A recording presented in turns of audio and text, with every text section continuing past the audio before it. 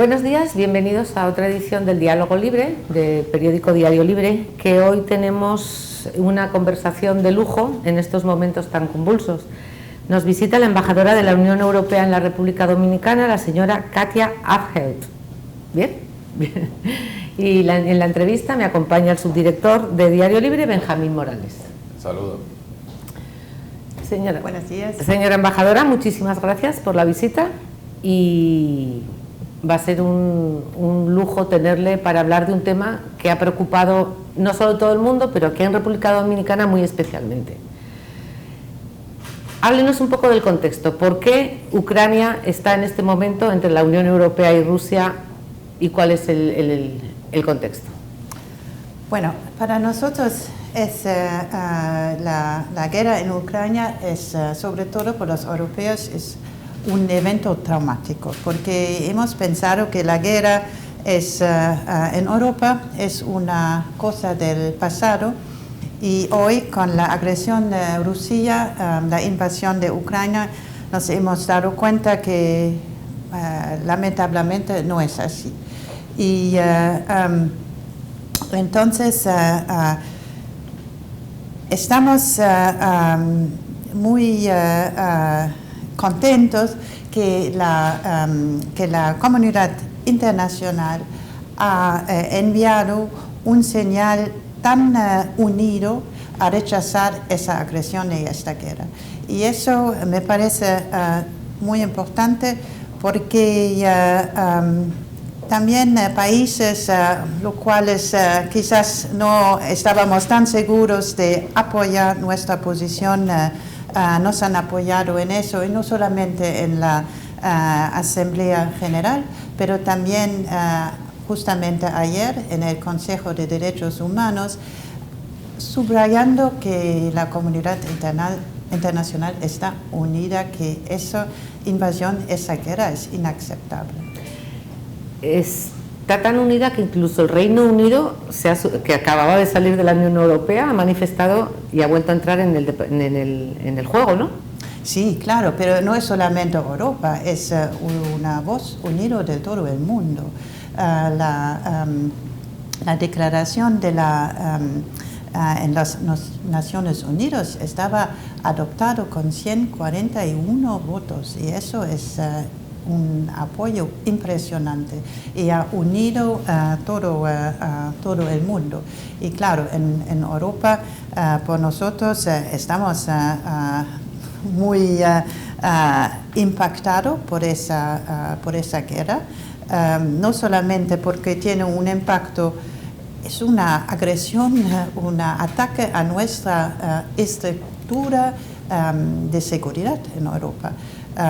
Pero aparte de eso, claro, estamos al lado de nuestros hermanos ucranianos para ayudarles de defenderse contra esa agresión.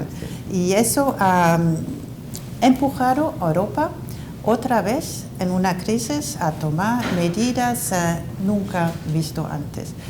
Ya la crisis de la pandemia nos ha empujado a tomar decisiones en el sector económico y aquí, la primera vez en su historia, la Unión Europea ha decidido de apoyar la libraison, como se dice, suministro de armas a un país, y ese país es Ucrania. Eso es nuevo, nunca. Una primera vez. Una primera vez y es revolucionario.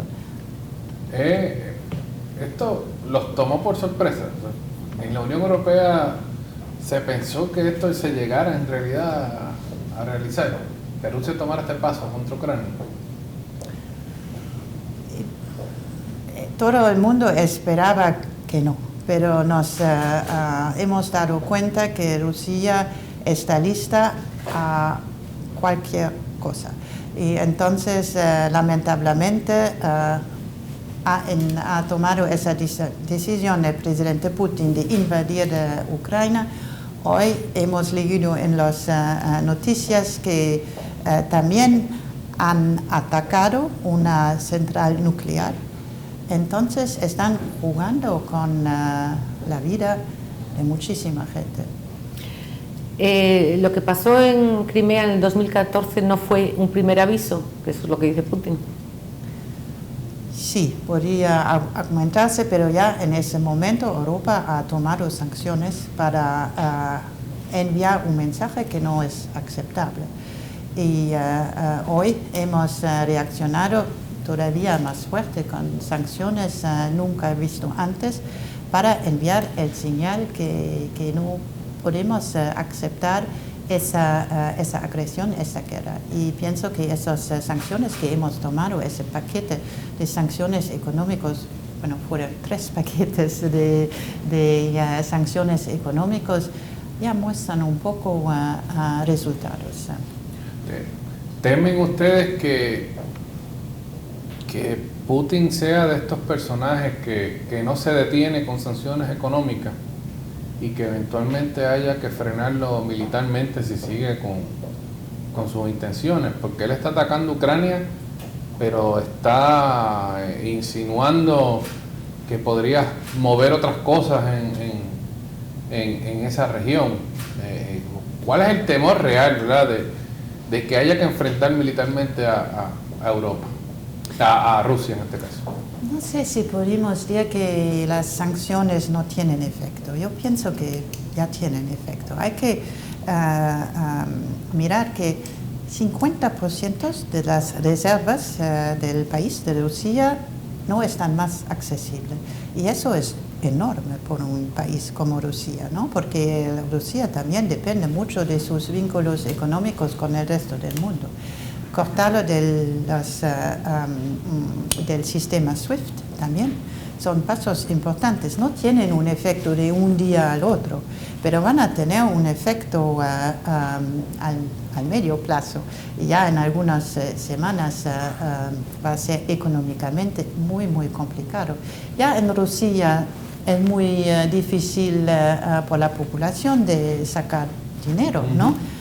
Entonces, pienso que esas sanciones económicas, sobre todo de sanciones económicas de esa dimensión, van a mostrar que hay un impacto. Y también son sanciones económicas bien enfocadas, porque también tenemos en nuestro enfoque la gente potente que está cerca del presidente Putin, lo que llamamos los oligarcas. Y si empezamos a tocar a los intereses económicos de esos oligarcas, también un momento más temprano o más tarde va a tener una reacción. ¿Cuál va a ser la política común en Europa con los refugiados? Ya deben estar, hoy, mientras hablamos, deben ser cerca de 1 millón.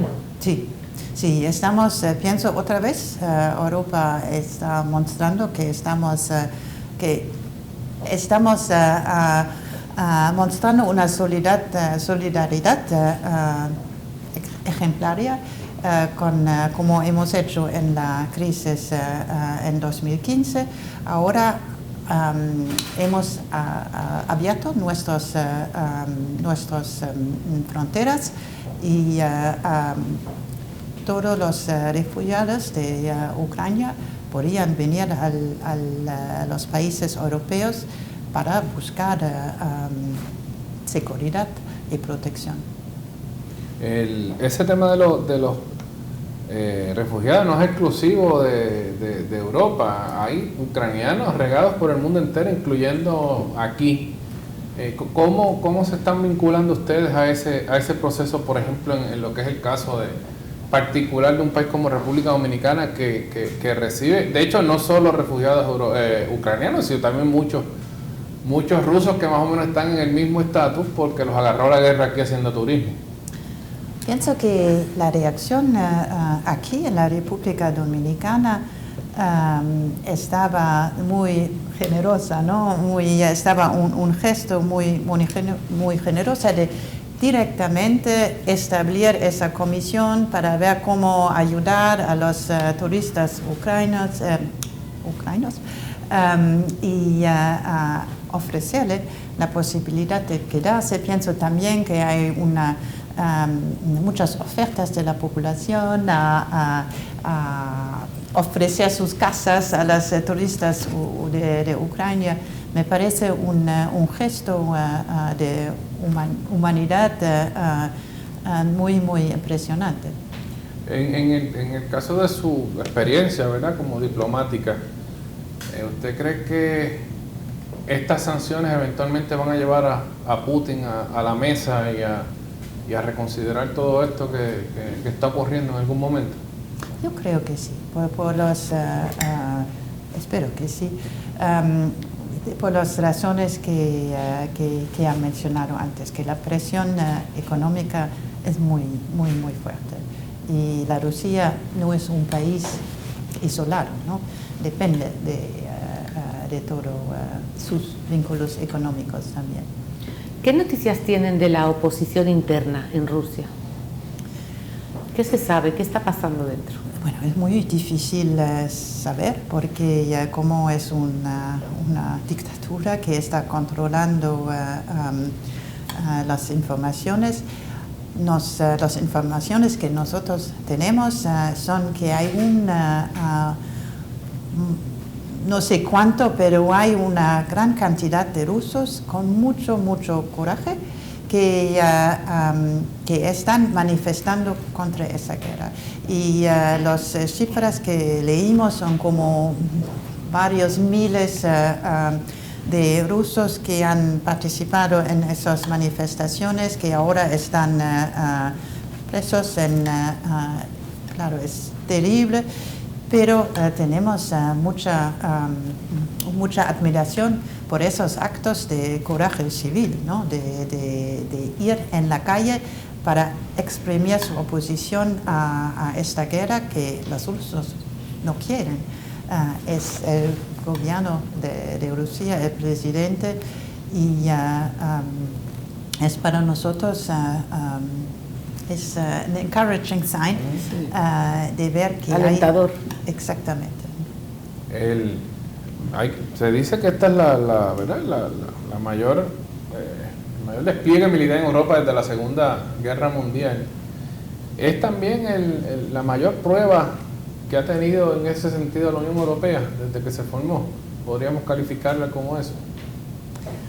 Pienso es una prueba por todo el mundo, ¿no? Porque con el presidente Putin no sabemos dónde va a pararse y ya vemos que el impacto es global. Pienso la Unión Europea ha tenido muchas crisis, eso sería claramente una de las crisis lo más importante, pero también, como he dicho al principio, las crisis siempre han estado una oportunidad para la Unión Europea a dar un paso adelante. Y si queríamos buscar una cosa positiva en esa crisis, en esa guerra, sea eso, que otra vez nos ha empujado de estar todavía más unidos. Y justamente en un momento cuando había quizás algunas, no divisiones, pero opiniones diferentes en Europa sobre algunos temas, y ahora mostramos que estamos completamente unidos. Y como ha mencionado el Reino Unido también, muestra que en las horas importantes estamos de acuerdo, estamos todo hablamos todo con una voz. ¿Qué opina la Unión Europea de la postura de China? Porque en el primer comunicado los chinos dijeron que sí, pero no, pero fueron muy diplomáticos realmente. ¿Cómo valoran ahora qué esperan de China? Esperamos de China que va a añadirse a esta llamada de rechazo decidido de la guerra, y también podríamos quizás esperar que va a jugar un papel en la mediación para encontrar una vida de salida. de esa guerra.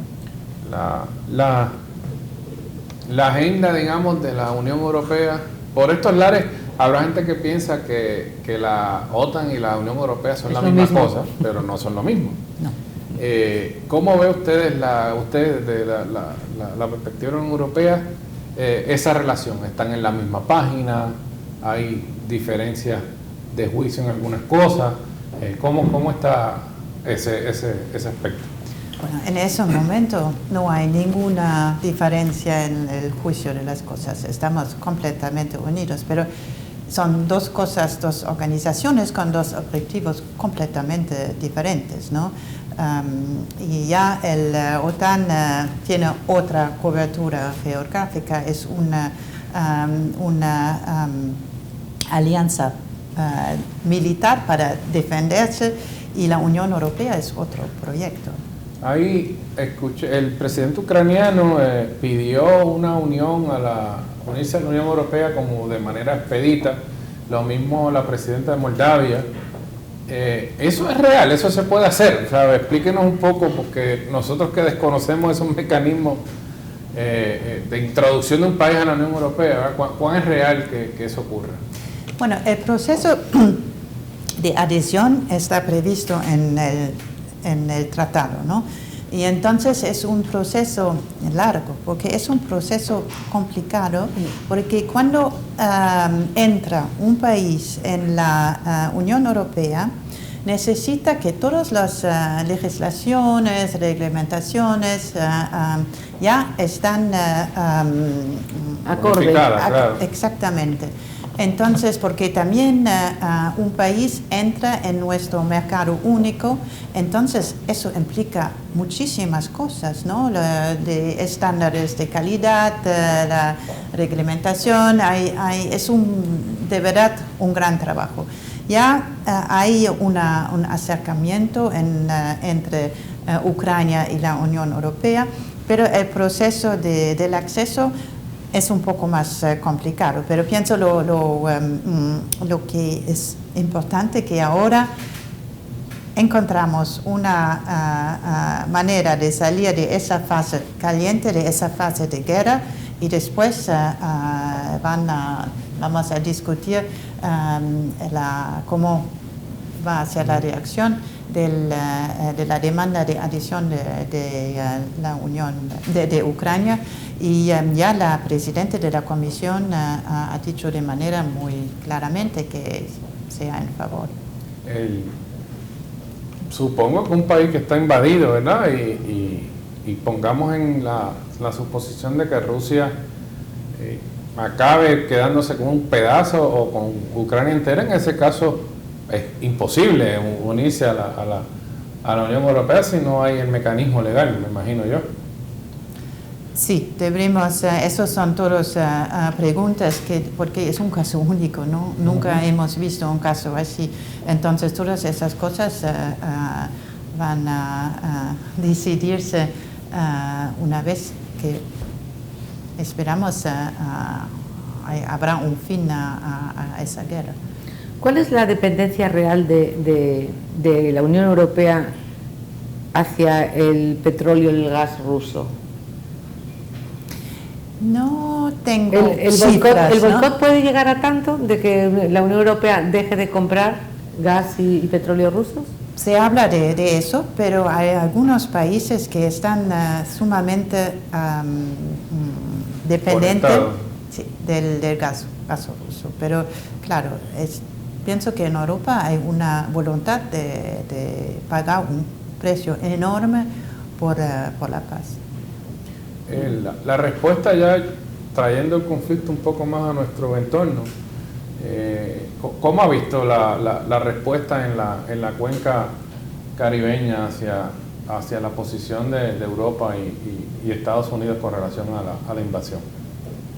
Me parece América Latina y el Caribe es una de las regiones que nos han apoyado lo más, ¿no? Bueno, hay algunas excepciones, no debo señalarle, pero el apoyo en esa parte del mundo ha estado muy claro, ¿no? Y los felicitamos a ese apoyo. Y pienso que otra vez muestra que cuando decimos que América Latina y el Caribe son socios alineados, like-minded, eso es la prueba, ¿no? Que en esos momentos que ya estamos todos hablando con una voz. Ahí el caso, en ese aspecto me estuvo curiosa la posición de Cuba, que uno hubiese pensado que se fuera para el lado ruso, pero se abstuvo, lo que es una señal de sumarse de alguna manera a la posición de sí pero no. Sí, de sí pero no, pero a la vez evidentemente privilegió la relación con la Unión Europea. O sea, eso valida esa unidad que ustedes están viendo entonces. Sí, exacto. Es un señal, ¿no? Las Naciones Unidas y los voting patterns son como una esencia, ¿no? Y hay maneras diferentes de enviar un mensaje. Como dice, ¿no? Puede ser un no, una abstención, podría decir muchas cosas. En los primeros días, Rusia advirtió a otros países como Finlandia para que no se metiera en la OTAN, para que no pidiera la adhesión. ¿Ustedes creen de verdad que Putin tiene intereses en atacar a otros países o en seguir esta campaña? Extenderla más allá de Ucrania. Bueno, yo no sé, no estoy en la cabeza de Putin.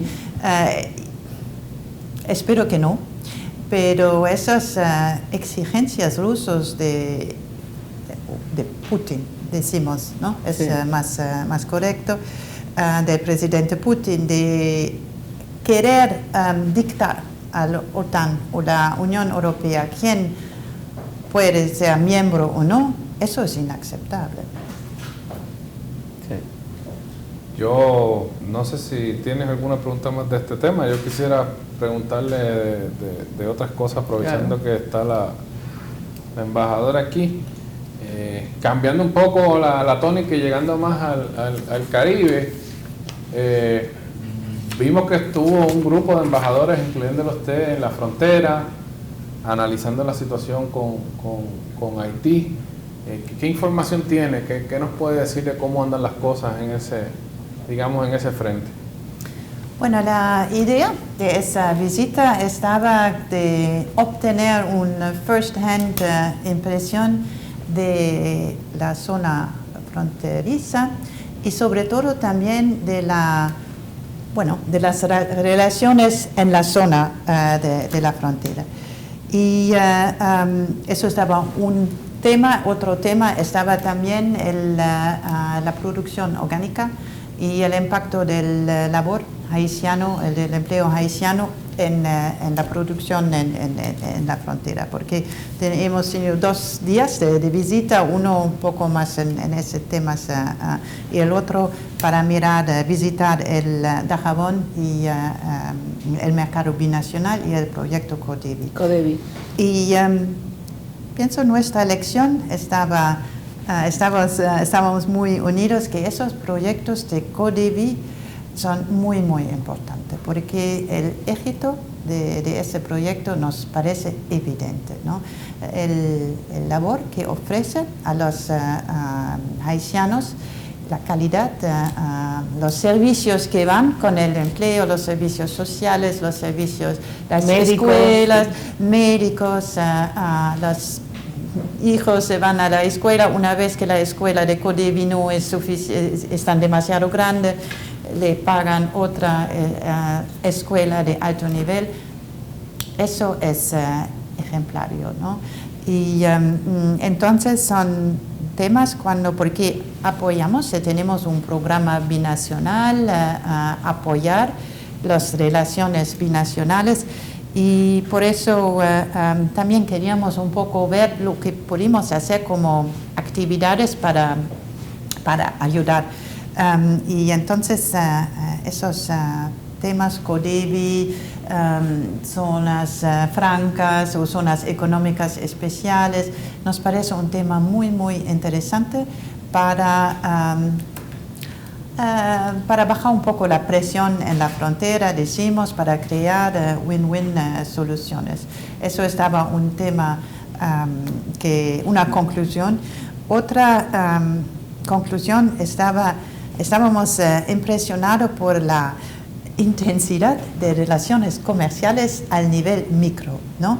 La cantidad de gente que estaba cruzando cada día de mercado la frontera del lado haitiano hasta República Dominicana es impresionante, es increíble. La Unión Europea, en un momento escuché en una reunión que estaba considerando detener los fondos de ayuda a Haití o bajar el monto de las ayudas de la comunidad en Haití. ¿Eso ha sucedido? No, porque para nosotros Haití tenemos un compromiso, apoyar a la población haitiana y no dejarlo solo. Por eso estamos, la Unión Europea y los Estados miembros, estamos el donante más importante en Haití. Lo que es claro que con la situación económica que hay por el momento, con la estabilización, con la falta de estructuras casi, ¿no? Instituciones, es bastante difícil apoyar financieramente el Estado por el momento, porque trabajamos en Haití con lo que llamamos apoyo presupuestario. Eso lo que hacemos también en la República Dominicana es dar un cheque al Estado para ayudar a financiar costos sociales. Pero si no hay un presupuesto, si no hay un mínimo de estabilidad financiera, no podemos dar. No hay contraparte, no hay interlocutor. Sí hay interlocutor, pero es una cosa, no podemos pagar ese cheque si no hay un presupuesto, si no hay una estabilidad mínimo macroeconómica. Y aquí seguimos las instituciones internacionales como el Fondo Monetario Internacional, todos estamos en la misma línea. Queríamos apoyar, pero necesitamos algunas condiciones básicas. Y eso fue un poco el problema en el pasado para dispersar nuestra ayuda. Pero también estamos en la ayuda humanitaria, ¿no? Muy importante, también detrás del terremoto. Y aquí encontrábamos problemas también para llevar la ayuda humanitaria a la población que necesitaba por los problemas de la seguridad. Nos hablaba de las conclusiones, nos dijo dos en específica. Primero, ¿tiene alguna otra? Y segundo, vemos como entusiasmo en los hallazgos. Digamos que la frontera se va a convertir en algún tipo de prioridad para ustedes en el trabajo acá. ¿Cómo va a operar eso? Bueno, por las otras conclusiones de esta visita también hay el potencial de la producción orgánica para los mercados europeos, y eso es un gran potencial, pero también un desafío, porque en Europa la atención sobre todas las cosas de lo que llamamos Green Deal, la agenda verde, la protección del consumidor, asegurar que el consumidor lo que come, lo que tiene en su plato está sano, ¿no? Entonces, ese tema de la utilización de pesticidas, de residuos, es un gran tema, un desafío también por la producción orgánica aquí en la República Dominicana, porque lamentablemente llegan a Europa una cantidad demasiado grande de productos orgánicos con residuos de pesticidas. Y eso, claro, no podemos aceptar en el mercado, porque el consumidor europeo espero que en el plátano dominicano orgánica tiene el mismo valor, la misma seguridad sanitaria como un plátano orgánico español, por ejemplo. Entonces, estos son temas en los cuales queríamos trabajar con la República Dominicana y eso estaba uno de los temas que hemos discutido. Y otro es el potencial de la energía renovable aquí en la República Dominicana. También visitamos un parque solar y en una gran zona, en una zona donde nos has dicho que no es tan favorable a la agricultura, nos parece un uso perfecto de esos terrenos para las energías renovables. ¿Sería factible, usted cree, replicar el modelo de Codevi 2 o 3 partes en la frontera? Es una buena pregunta y justamente hemos preguntado esas preguntas a las autoridades dominicanas, ¿no? Pero es una decisión, a mí me parece una decisión del empresarial.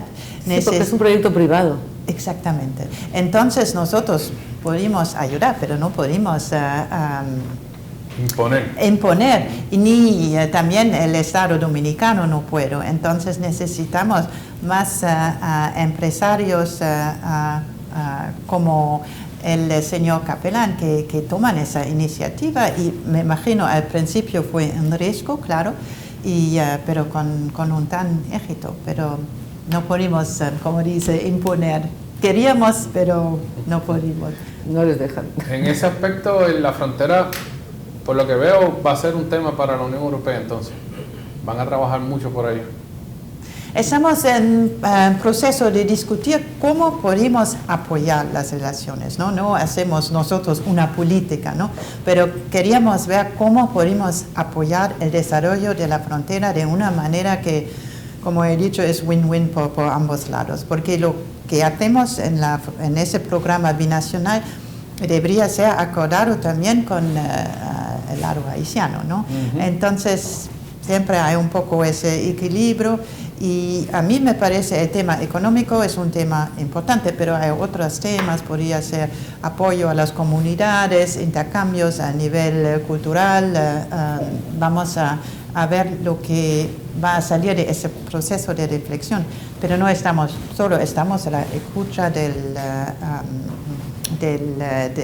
país aquí, a la escucha de Haití. No venimos con soluciones hecho en la mesa. Queríamos tener una discusión con la República Dominicana y el lado haitiano. Y ahora mismo ¿cuáles son los proyectos más importantes que tiene la Unión Europea en Haití? En Haití lo que tenemos sobre todo es lo que llamamos un State Building Contract. Y eso es un programa de apoyo muy complejo para apoyar un país en una situación frágil como es Haití. O sea, ¿no son proyectos concretos de salud, de hacerles hospitales, por ejemplo, o de...? No, es como he dicho, es un apoyo presupuestario y para apoyar, para ayudar que el Estado puede cumplir con sus obligaciones a los ciudadanos. Y tenemos eso, pero también, como ya he dicho, tenemos la ayuda humanitaria, que es otra. Directa sí. Yo quisiera, antes de irnos, brevemente que nos cuente cómo están las relaciones con República Dominicana y cómo ha sido su experiencia ya en el puesto. Bueno, por el momento ya se muestra, como he dicho, que la República Dominicana es un socio muy, muy alineado y para nosotros un socio muy importante en la región porque la agenda de nuestras prioridades son casi muy bien comparables, ¿no? Claro, la República Dominicana tiene su propia agenda, pero en los grandes temas estamos muy, muy unidos, ¿no? Y nos impresiona mucho la agenda ambiciosa de reforma que tiene este gobierno y cómo está tan alineado con nuestras prioridades, estamos en una buena posición a apoyar ese proceso de reforma. Entonces, es un momento un diplomático de dream, ¿no? Porque estamos en la misma línea y tenemos muy buena cooperación con el gobierno, trabajamos muy bien. Nuestros fondos están un poco más reducidos que en comparación de antes, pero eso es la explicación, es el éxito de la República Dominicana económicamente, ¿no? Y claro, ese éxito económicamente no va a decir que no hay logros, retos en ese país, entonces no nos retirábamos completamente, pero también es un señal de un país que está desarrollando a un paso impresionante. O sea, cuantos menos fondos llegan, es mejor señal. Exactamente, hay que verle de esa manera. Y también no es que paramos nuestra cooperación. Claro, nuestro programa, lo que llamamos programa nacional, es un poco reducido, pero tenemos muchos otros programas para continuar a trabajar con la República Dominicana. Entonces, eso es un poco nuestro trabajo aquí. Trabajamos muy bien con el ministerio del ministro Seara Hatton, con la señora Olaya Dutel, para encontrar otros proyectos que podemos utilizar, movilizar aquí en el país. Pues muchísimas gracias, ¿no tienes nada más? Gracias. Muchísimas gracias, señora embajadora. Esta es su casa, puede venir cuando quiera y seguiremos lamentablemente llamándole para recibir noticias de la guerra. Sí, muchas gracias, fue un placer. Y, gracias. hasta muy pronto. Muchas gracias a todos por seguir este diálogo libre.